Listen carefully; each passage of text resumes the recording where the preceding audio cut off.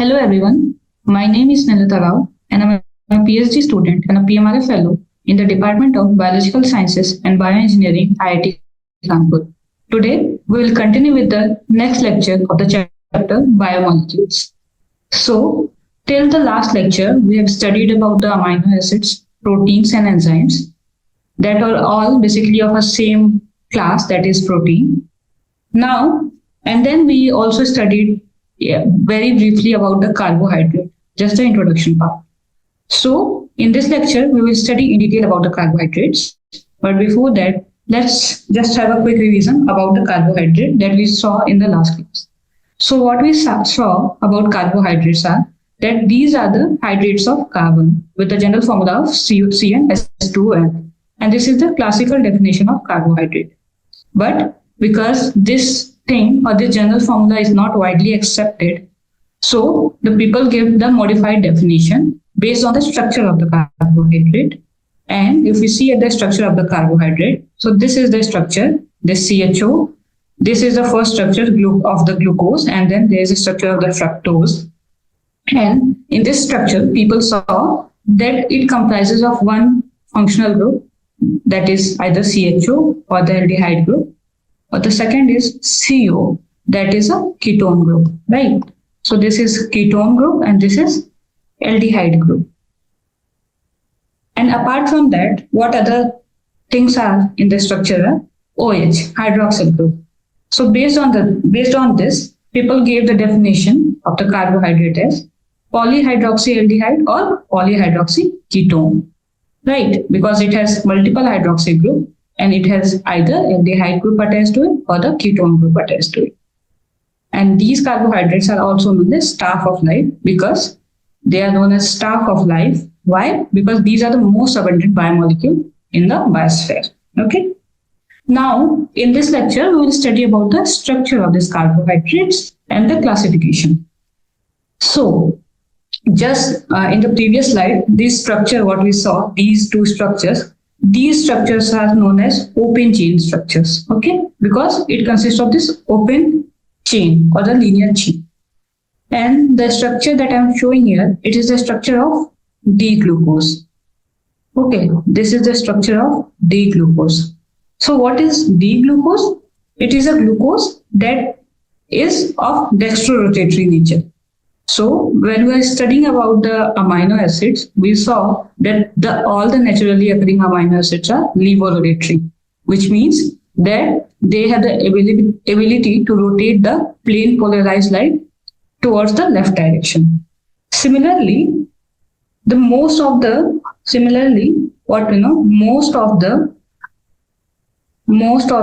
naturally occurring carbohydrates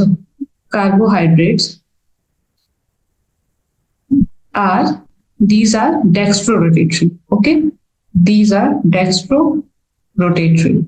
Okay, or D. Okay, they are represented by D glucose, D fructose, something like that. So it means they rotate the right. They rotate plane polarized light. They rotate plane polarized light in right direction. Okay, right direction. Understood? So they will rotate the plane polarized light in the right direction. Okay, but what I said, these are the most naturally occurring. So we have certain exceptions also. So one of the exception is rhamnose. So it is a sugar, or you can say carbohydrate, that is in the natural form it exists as L-rhamnose. Okay, in the natural form it exists as L-rhamnose. So this is about the nature of these carbohydrates. Now we are talking about the structure. So if we look at the open chain structure, what we have, this is our first carbon, this is second carbon, this is third, this is fourth, this is fifth, and this is sixth. Now, these carbohydrates also have the ability to exist in the ring structure. Okay. So how will they form the ring structure? So what happens in this case? This first carbon that has this aldehyde group, this carbon this carbon forms, this aldehyde group attacks and form the bond with the fifth carbon. Okay, so this first carbon forms a bond with the O group of the fifth carbon, and the structure will look something like this. So if you draw the structure will look, it will have a, this is your O, it will look something like this. Okay, it will look something like this, and this will be your first carbon, this will be your first carbon, this will be your second carbon, this point here it will be third, it will be fourth, and here it has a fifth. And the sixth carbon, if you see the sixth carbon, it will be not the part of the ring, but it will be here. Okay, so the fifth carbon will be at sixth carbon will be attached to the fifth carbon. Okay, now it has CS2OH, then if we draw the structure, it will have H. Now this fourth carbon, it will have OH here, H here. Okay, the third carbon, it will have OH inside, H outside. The second carbon, it will have OH outside, H inside. So what we are seeing, that first the OH group is outside, then it's inside, it's below, then it's up, then it's down. So it is following certain trend. But this ring structure can exist in two forms. Okay, so the ring structure, it can exist in two forms, either in the alpha form or in the beta form. And this depends upon this alpha and beta form depends upon the orientation of the hydroxyl group on the first carbon. So I have not drawn the first carbon H and OH. So how does the H and OH of this carbon looks? So if this is your first carbon, if your OH, it is against the trend, okay, so it is below. So what we are seeing till now, that the CS2OH, OH is upside, then OH is down, then up, then down. Now it is, if this OH on the first carbon, it is in the downward direction, this is known as alpha form. Okay, so it will be known as alpha, and because the structure is of D glucose, we call it alpha D glucose. Okay, we will call it alpha D glucose. So what is different in alpha D glucose? The OH on the first carbon, or you also call this first carbon as a carbonyl carbon. On this first carbon, the OH is downward. Okay, so we can remember this like alpha against the pattern. Okay, so against pattern. So the pattern is what? That there is alternate orientation of OH. First it is upward, then it's downward, again upward, downward. But on the first carbon, it should be upward, but it is against the pattern and it's downward. Then it will be called as alpha D glucose. Okay. Now, what will happen in the beta case? So in the beta case, the entire structure will be same. It will have the entire structure is same. Your CS2OH, and the orientation of every carbon is same. OH is same. It is something like this. Now, but on the first carbon, its OH will be upward. Okay, so its OH will be upward, and this structure is known as beta D glucose. This structure is known as beta D glucose. So you can remember it B with pattern, right? Because it is following the pattern. You can see the OH group here is following the pattern. It's first upward, downward, up. Okay, so these are the two ring structures in which the glucose can exist. Okay, and the original structure, if we talk about this original ring structure of the glucose, that is not glucose. So this ring, this 5 carbon ring, if you see this, we have 1, 2, 3, 4, and 5. We have 5 carbon ring. So this 5 carbon ring is known as pyran. So these structures are derived from pyran ring. Pyran ring is 5 carbon ring. Okay. From this ring, the glucose structure is derived. Okay. So this is about the ring structure of the glucose. Now this glucose has CHO group. Now let's see one more example in which we have CO group as a functional group instead of CHO group. So in this case, this structure is, this is of the D-fructose. So the fructose has, instead of CO as a functional group, the fructose has CO as a functional group. Okay. So in this case, what happened? This carbon, this is your first, second, third, fourth, fifth, sixth. Okay. The fructose is also 6 carbon, but here it has CO group, first thing. Now this CO group, when it attacks the fifth carbon and forms the bond, it will form a structure something like this. So it will have oxygen, it will have, then the ring will look something like this. Okay. And this ring is called as, the ring from which it is derived, the ring is called as furan ring. Okay. Furan ring. And if you see in this ring, how many carbon molecules do we have? We have 1, 2, 3, and 4, right? So this furan ring has 4. This is 4 carbon ring. So the structure of fructose is derived from the furan ring. Okay. Now, where do we have CS2OH in this case? So this is your first carbon, right? This is your second, third, fourth. So on the fourth carbon, you have this fifth CS2OH. Okay. So this is not your first carbon from this glucose ring. I'm talking about the ring. So this is your, basically this is your fifth carbon. Okay. I'll show you how. So first, for now, just see the structure. So in this, the CS2OH, this CS2OH will lie here. Okay. And now you will have H here, right? Now on this carbon, your OH will be outside, because in this the OH is, the OH is up. So in this case, the OH will be down. Here, the OH will be again up and H will be down. Now here, if you see, because this is a carbonyl carbon, this carbon is this carbon, okay? So this is this carbon, okay? But if you see above this, there is one more CS2OH group. So this CS2OH will attach like this, okay? This will be attached like this. But we will see, depending upon the structure, we call it either the alpha or beta, okay? So for now, just remember this part, we have CS2OH, then we have OH, in this the OH is up, the OH is down, OH is up. Now, when we will call this as alpha D fructose, when this CS2OH and now your OH is downward, okay? So in this case, like in the previous case, what we saw, that alpha is the one that is against the pattern, right? But in this case, if you saw, so alpha D fructose will be, alpha D fructose, it is following the pattern. You can see it is following the pattern. So it's along the pattern, right? Because here, the OH, this OH is upward, then this OH is downward, this OH is upward, and then this OH is downward, right? So it is following the pattern. So in the case of furan ring or in the case of fructose, alpha D fructose will be the one that is following the pattern, or that is along the pattern. Or you can also say that in this case, when OH is on the carbonyl group. So this carbon is known as carbonyl carbon. Okay.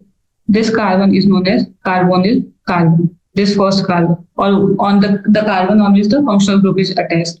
So this carbon is your carbonyl carbon. We'll see more in more detail in the next upcoming slides, but for now, so this is your carbonyl carbon.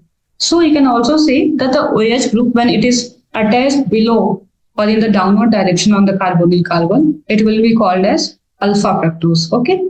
Now, what will be the structure of beta fructose? So beta fructose, you have this kind of structure. Everything will be the same, but here, this is your carbonyl carbon. Here, OH will be upward, right? OH will be upward.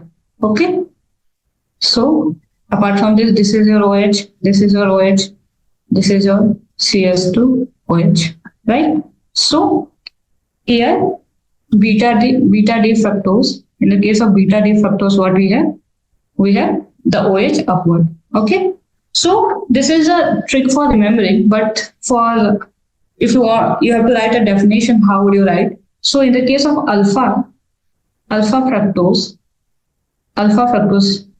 the OH group is attached in downward direction, okay? In downward direction on carbonyl carbon, okay? On carbonyl carbon. So in this case, your second carbon is the carbonyl carbon because the numbering starts from here. right? So this is a carbonyl carbon on which the OH group is, if it is attached downward, in the downward direction, then this will be alpha D fructose, and beta fructose will be when this OH group is attached in upward direction, right? So when it is attached in the upward direction on this carbonyl carbon. So if it attaches upward direction, then it will be called as beta fructose. However, in the case of glucose, the case is opposite, right? So these are the structures, ring structures of two most common carbohydrate or sugar molecule, that is glucose and fructose. And the point that has to be remembered is, first of all, the glucose has CHO group, and the ring structure of the glucose is derived from the pyran ring, right? While in the case of fructose, it has CO group, and the ring structure is derived from the furan group. Okay, so this is about the structure. Now, if we talk about the bonds in the sugars, so just like proteins, what we saw in the proteins, we had protein is a chain of amino acids, right? So the amino acids link with each other to form the protein, and the bond that is formed in the amino acid is the peptide. Similarly, these sugar moieties, they also link with each other to form a like long chain that we will see later. So what does the bond in the sugar is known as? So here what we are seeing the structure of two. These are two ring structure of glucose, right? Because it has 5 ring and the CS2OH attached to it, right? So it is a glucose. Now whether it is alpha glucose or beta glucose, because what we are seeing that this is your carbonyl carbon, right? And the OH is attached downward. So it is against the pattern. So it is alpha glucose. So the structures here are alpha D glucose. The second structure is also alpha D glucose, right? It is also alpha D glucose. Now, if these two sugar moieties link together, what kind of bond formation takes place? So if these two link together, then OH of one and H of the second is released. Okay, so these it cause the release of water molecule. So H2O is released, and then the structure that will be formed is something like this. So the structure will be something like this. So this is your first, and this is your second, right? This is your second carbon. Okay, I'm not and this is your CS2OH. Okay, similarly this is your CS2OH. Now the bond formation will take place here between this, and this bond formation will be between this, because this OH and this H is released. What is remaining? This O. Only this O is remaining. So this O will form or link these two sugar moieties, and this bond is known as glycosidic bond. Okay, this is known as glycosidic bond. Okay, so glycosidic bond. What do we know about the glycosidic bond? So in the glycosidic bond, it is formed between two sugar molecules. Okay, first thing, it is formed between two sugar molecules. The second thing is it leads to the release of water. It leads to the release of water molecule, right?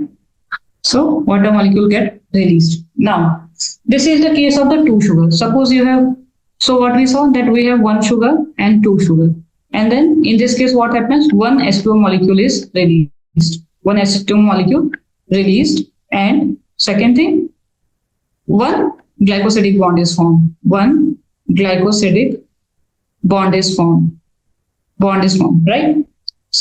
Suppose you have three sugar molecules. So 1, 2, 3. Now, how many water molecules and how many glycosidic bonds will be formed? So here we can see that there will be one bond between first and second, and then second bond between second and third. And with each bond formation, one water molecule is released. So how many water molecules will be released? If there are 3 molecules of sugar, 2, right? So here 2 water molecule released.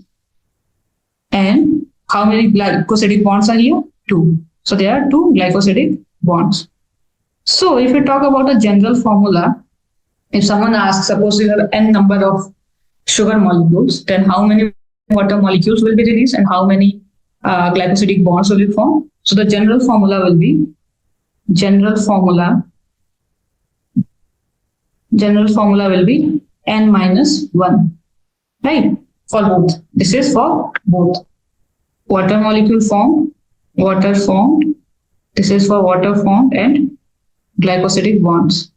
Glycosidic bonds. Okay. So, and what is n here? N is where? N is number of sugars. N is number of sugar molecules. So this is the general formula. Suppose someone asks, if you have 10 number of sugar molecules and they are forming bond with each other, then there will be 9 glycosidic bonds formed and 9 water molecules will be released. Okay. So these are the bonds in sugar, and the bond is known as, am I writing here? The bond is known as glycosidic bond. Okay. Now, so we have seen now the general the structure and the bonds that is present in the sugar. Now we'll move to the classifications. Classification of the carbohydrate. So just like amino acids, the classifications of sugars are also based on different criteria. So the first criteria is on the basis of sugar residues. Okay. So the first criteria for the classification of carbohydrate is on the basis of number of sugar residues. Okay. Number of sugar residues. Okay. So on the basis, there are two types of sugars. The first one is called as simple sugar. The second is called as complex sugar, or you can write carbohydrate, not sugar, because we will see the difference between sugar. Their carbohydrates are of different types as well. So you can write complex carbohydrate. Okay. So what are simple sugars? These are that contain one or two sugar moiety. So simple sugars are what? That contain one or two sugar molecules. Okay. One or two sugar molecules. Okay. Now, based on these numbers, it can be either, the sugars can be either monosaccharides. So they can be monosaccharides. Okay. Monosaccharides. Monosaccharide means they will have only one sugar moiety. One sugar. Okay. And the examples are glucose. Which are glucose is just have one sugar molecule. Fructose. Okay. And galactose. Okay. So these are the examples of monosaccharides. Now we can also have disaccharides. Okay. Now what are disaccharides? It will have two sugars. So this structure will have two sugar molecules. Okay. Example of disaccharides are lactose. One of the example is lactose, maltose, and sucrose. Okay. So these are disaccharides. Now these are the part of simple sugars. Now if we talk about the complex carbohydrates, so there are also two types. Okay. There are also two types. The first one is oligosaccharides.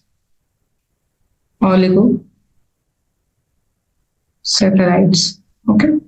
And then the fourth one is polysaccharides. Okay.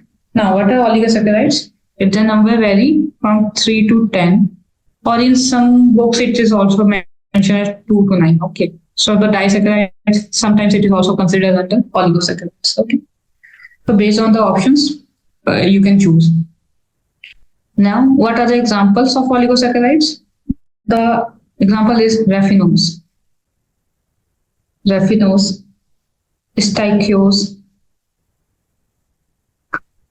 stachyose, and bulbose. Okay. And examples of polysaccharides. So what are polysaccharides? It will have greater than 10 sugars. Okay, greater than 10 sugars. And the examples of polysaccharides are starch, glycogen, and cellulose. So there are multiple other examples, but for now, these are the most common examples. Okay. So this is one type of classification that is based on the number of sugar residues.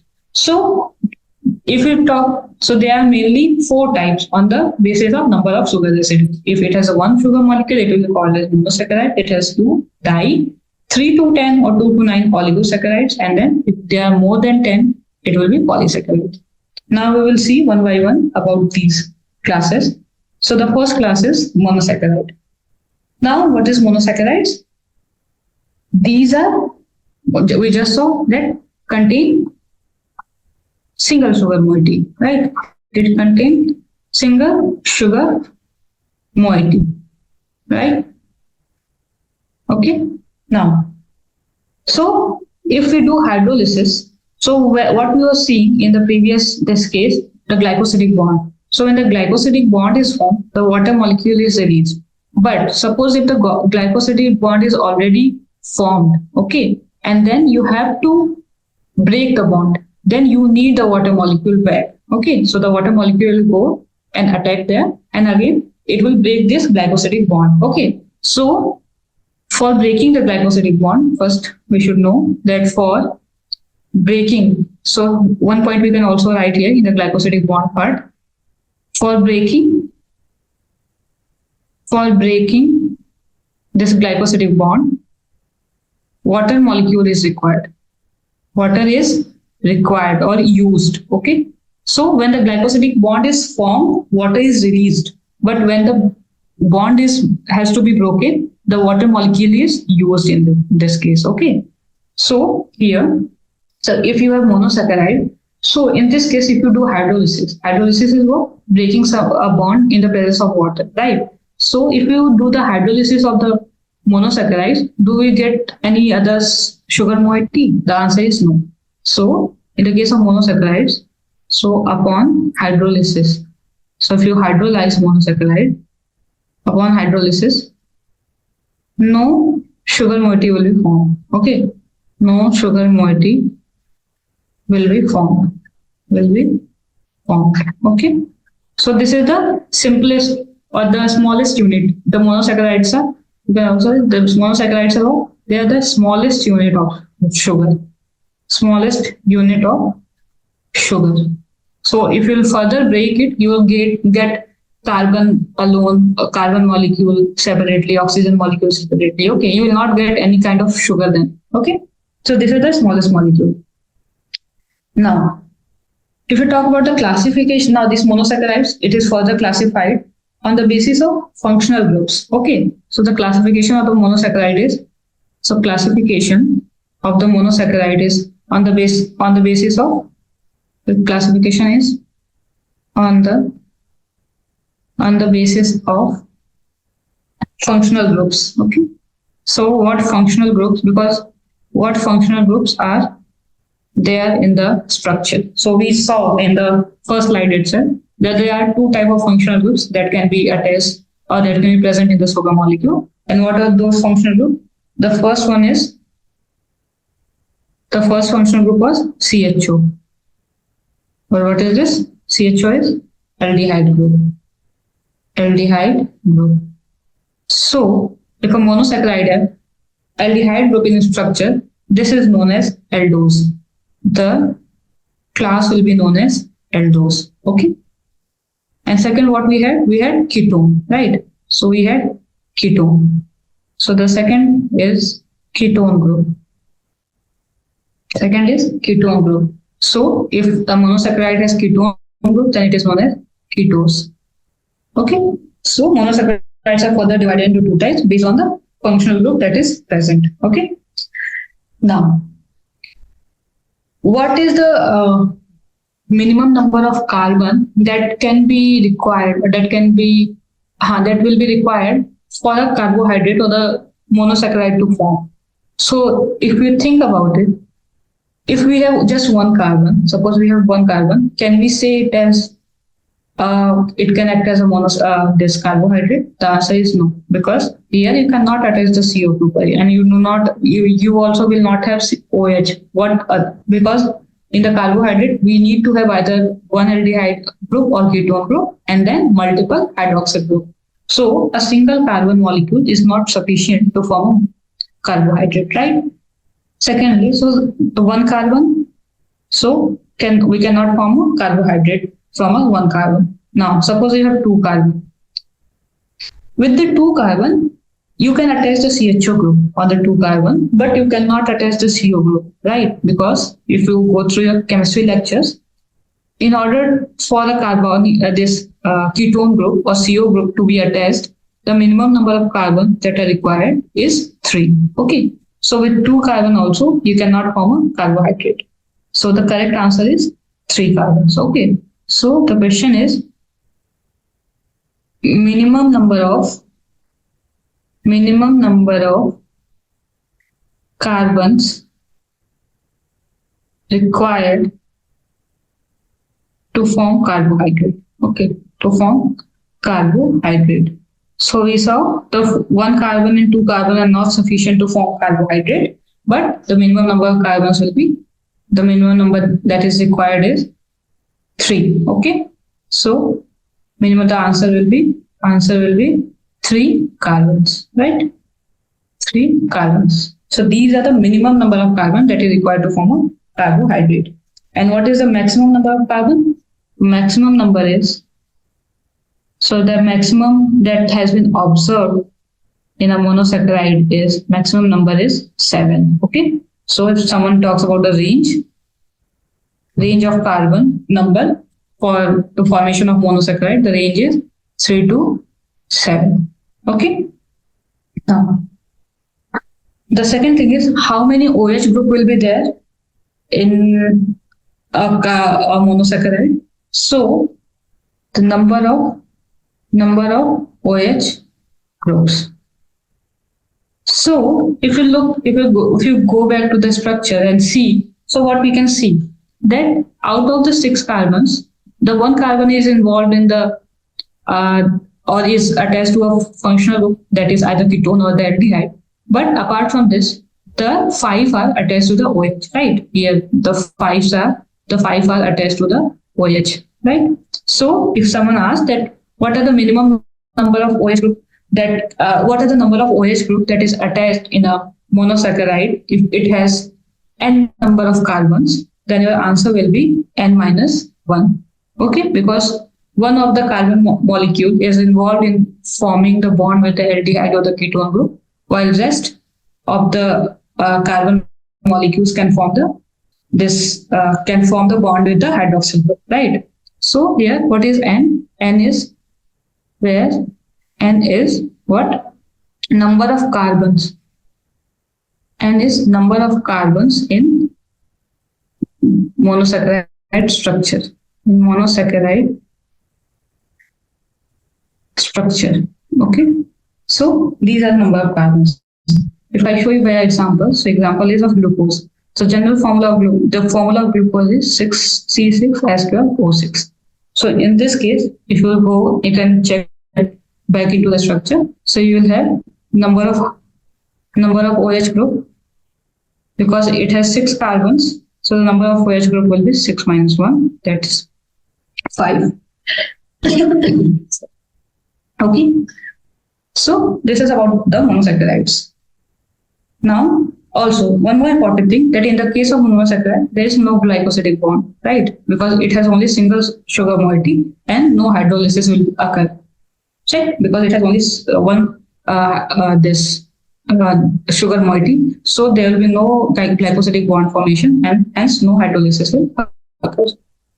Now, okay, so I was talking about the classification of the monosaccharides based on the functional group. Now, along with the functional group, the number of carbon will also vary. Okay, so now we will see in the case of monosaccharide itself that this classification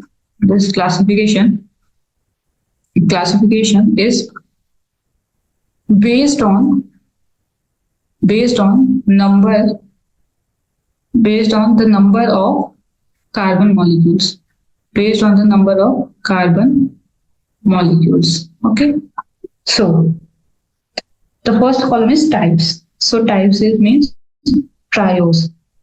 So I'll just write types. So we have trios, tetros, pentos, hexos, and heptos. Because what I said that the range of the carbon number that can be present in the monosaccharide is from 3 to 7. Okay. So if it is trios, it will have 3 number of carbons. If it is tetros, it will have 4. If it is pentos, it will have 5. If hexos, 6. And if heptos, it will have 7 number of carbon molecules. Now, what we saw that it can be either these carbohydrate can be either aldose or ketose. If it has aldehyde group, it will be aldose, and if it has ketone group, it will be ketose. So if it is aldose, what will be the name of that carbohydrate? The name will be, if it is aldose and of 3 carbon, the name will be glyceraldehyde. Glyceraldehyde. Okay, it has aldehyde in its name itself. Okay, so if it is 3 and it is aldose, that is if aldehyde group is attached, it will be called as glyceraldehyde. Now, what is if it is 3 in number, if the carbon number is 3 and it has ketone group attached to it, it is known as dihydroxyacetone. The structure is known as dihydroxyacetone. Okay. And what will be the general formula? So the general formula of the sugar is CnH2 the N, right? So in this case, the general formula will form C3H2 3 because it has 3 carbon molecules. Okay. Now the next one is tetros. So the name of tetros, if it is aldose, is erythros. It is erythros. Okay. And if it is ketose, then it will be erythrulose. Okay, it will be erythrulose. Okay, and the general formula C4H2O. Right. Now the next is pentose. So what will have pentose? So in the case of aldose, we have 2 type of pentose: ribose and xylulose. Okay, but in the case of ketose, what we have? Sorry, ribose and xylose. Okay, not xylulose. So ribose and if it is pentose, it means it has 5 carbon, and if it is aldose in nature or aldehyde group is attached to it, it will be ribose and xylose. And if it is ketone, it will be ribulose and xylulose. Okay. And the general formula you can write down for yourself. So C5H2 5. Now, if it is hexose, so we have seen the example in the previous slides. So if it is aldose, it is glucose, right? Glucose. We saw that glucose, it is 6 carbon and it has aldehyde group. So it is glucose. Apart from glucose, we have some other examples, that is galactose. Then we have one more example, that is mannose. We have mannose as well. Okay. But okay, if it is ketose and have 6 carbon, then it will be fructose. Okay. And the general formula is C6H2O6. Okay. Now the next is heptose. So if it is heptose, then it will be glucoheptose. The structure is known as glucoheptose, and in the case of ketose, it is known as pseudoheptulose. And the formula is CnH2O7. Okay. So this is the classification of the carbohydrate based on the number of carbon molecules and functional group. And you can also add functional group. Okay, because either it has ketone group or aldehyde group. Based on this is the classification. Now the next type of carbohydrate that we will study is about disaccharides. Okay, so what are disaccharides? So disaccharides are formed by 2 sugar moieties. Because it has di, so it has formed by 2 sugar moieties. So the number of glycosidic bonds that it will have is number of, okay, so yeah. So the number of the glycosidic bond it will have is 1, right? It will have one glycosidic bond, and because it will have glycosidic bond, hydrolysis will occur, right? So the number is 1. Now, if you break, so upon hydrolysis, what happened? Upon hydrolysis, what happened? Upon hydrolysis, two sugar moiety will be formed. Okay. So when you will hydrolyze it, two sugar moiety will be formed. Right? So this is the disaccharides.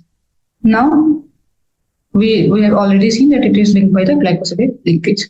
Now the disaccharides, let's see certain example. So the first example of disaccharide is lactose. Now, what I said that upon hydrolysis, the two sugar moiety will be formed, right? So there will be two monomeric units. So what are the monomeric units? The monomeric units will be glucose. So when you will hydrolyze lactose, what you will form? Glucose plus galactose. So these are the two sugar moiety that will be formed. Now, where do we see lactose? So lactose we have, this is present in the milk.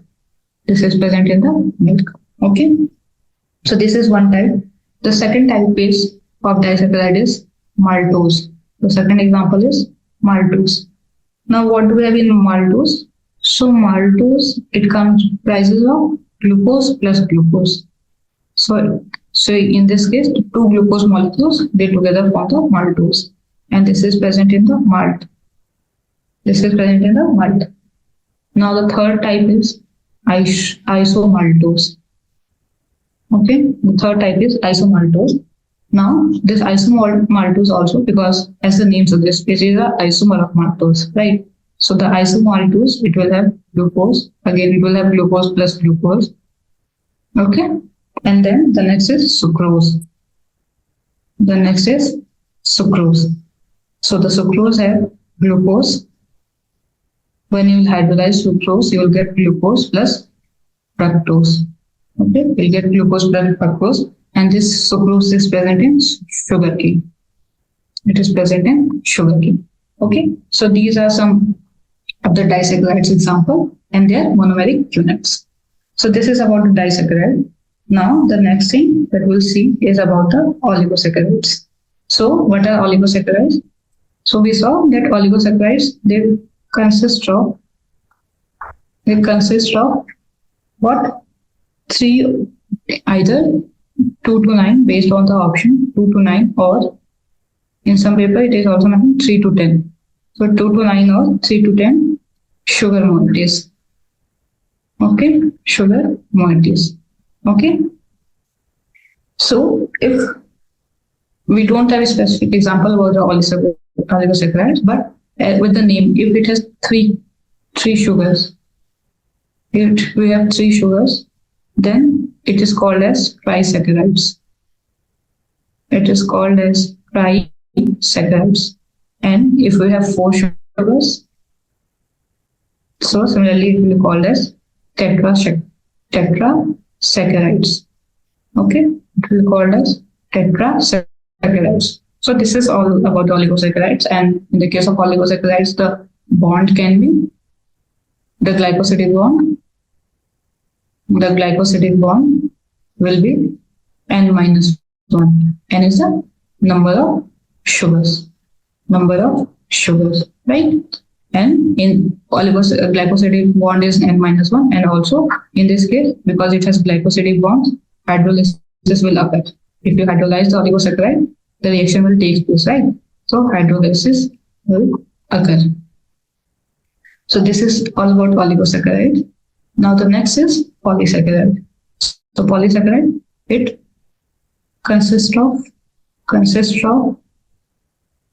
more than 10 sugar moieties. 10 sugar moieties. Okay, it will have more than 10 sugar moieties. Now, what are this polysaccharides are further of 2 types on the basis of the monomeric units. Okay, types on the basis of type of monomeric unit. Okay, on the basis of types of monomeric units. Monomeric units. Now, what do I mean by types of monomeric units? So, if it comprises of same types of monomeric units, so first is same type of monomeric unit.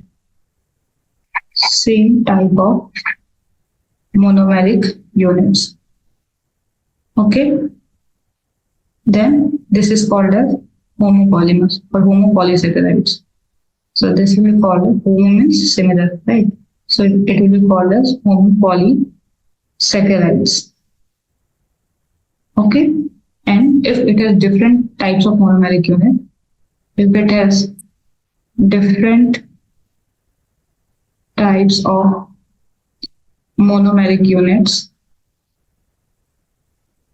then this is known as heteropolysaccharides.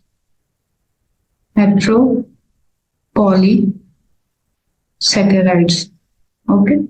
Now, what are the examples of homopolysaccharides? So the examples of homopolysaccharides are, the first is starch. Starch, or we have glycogen.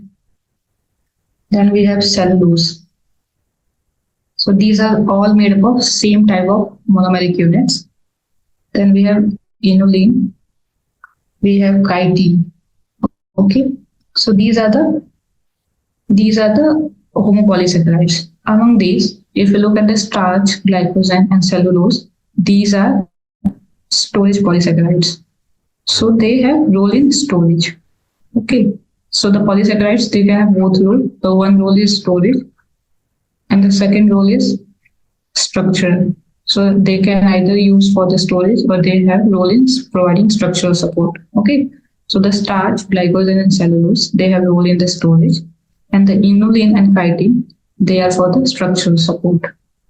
They provide structural support. Okay. Now, this chitin. So the inulin is made up of inulin. It is made up of fructose. It is made up of fructose, while the chitin, it is made up of NAG.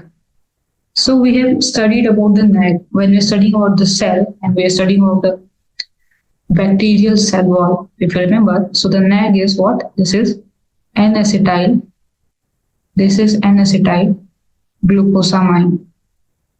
This is N-acetyl glucosamine, right? And this is present in N-acetyl glucosamine is specifically present in bacterial cell wall, right? But this chitin, it is also present in fungus. Okay, we will see in detail, but for now, okay. So this is about the homopolysaccharides. Now, if we have different types of monomeric unit, then it is called as heteropolysaccharides. Now, what do we have in the heteropolysaccharides? So the examples are, the first is heparin. The first is heparin. The second is hyaluronic acid. So we have heparin, hyaluronic acid. So it means they consist of different type of monomeric units. It means that it will have both, it can have glucose and fructose together, glucose and galactose together, something like that. Okay. But in the case of homo, it will have either glucose, fructose, something like this. Okay. So we have heparin, hyaluronic acid, keratin sulfate. So keratin is a protein, but keratin sulfate, it is a polysaccharide. Okay. Similarly, we have chondroitin sulfate. So similarly, chondroitin is the protein that is present in the bone, but chondroitin sulfate is a carbohydrate. Okay. So chondroitin, it is present in bone. Okay. Keratin, we know it is present in hair. Okay. So these are the examples of the polysaccharides, and the polysaccharides are divided into two types based on the type of monomeric unit. Now, in the polysaccharides also hydrolysis occurs, right? In polysaccharides also hydrolysis occurs, and we know why, because it comprises of N-1 glycosidic bonds. So it will have N-1 glycosidic bonds. Okay. So this is all about the classification based on the number of sugar molecule that is present. Now, there is one more classification that is based on the sugars and non-sugars. So the carbohydrate, what I was saying, so the carbohydrate can be either sugar or non-sugar. Okay. So this is also one type of classification, and this classification is based on the taste. It is based on the taste, right? So what are sugars? What are sugars? So the sugars are the one. So these are sweet in taste. So the carbohydrate that are sweet in taste, they are known as sugars. And the example are most of this, all, or you can say most of the, it has most of the monosaccharides. So the glucose, fructose, everything. So these are sweet in taste. So most of the monosaccharides and disaccharides. So the example of sugars are monosaccharides and disaccharides. Now, the second is non-sugars. So what are non-sugars? Non-sugars are, these are not sweet. These are not sweet in taste. Okay. And their examples will be polysaccharides. Okay. The examples are polysaccharides. For example, starch. So the starch is present in potato, right? But the starch are not sweet in taste. They are tasteless. Okay. So we have one more classification that is based on sugars and non-sugars. Okay. So with this, we have completed the classifications. Now we'll solve few questions and then we'll continue lecture further in the next lecture. So the first question is, which of the following biomolecules simply refers to as staff of life? So we have seen, because staff of life, the correct option is carbohydrates, because it is most abundantly present. Okay, most abundant in entire biosphere. Okay, so this is thus known as staff of life. Now the second question is, which of the following is present in the simplest form of carbohydrate? So which of the following, you can write which of the following group is present in the simplest form of carbohydrates. So the options are carboxyl group, aldehyde and ketone group, alcohol and carboxyl group, hydroxyl groups and hydrogen groups. So the correct answer is aldehyde and ketone, because we have seen based on this aldehyde and ketone, we have aldose and ketose groups, right? We have aldose and ketose groups. And these are present in simplest form. Which is the simplest form? Monosaccharides. Simplest form is monosaccharides. Okay. Now, the next question is, which of the following are the major function of carbohydrates? So, I just told the major function of carbohydrates, they are used in storage. For example, we saw glycogen that is in animal. So, glycogen in animal, they are used for storage. Okay. Structural frameworks such as cellulose. Okay. They are also used in, and then C is transport materials, and the D option, both storage and structural framework. So the correct answer will be both storage and structural framework. Okay. So in today's lecture, we have seen about the carbohydrates, the structure, general structure, and then about their classification. So we will end this lecture today. In the next lecture, we'll study more about the structure of the carbohydrate and then more about the disaccharides and polysaccharides. Okay, that's all. Thank you.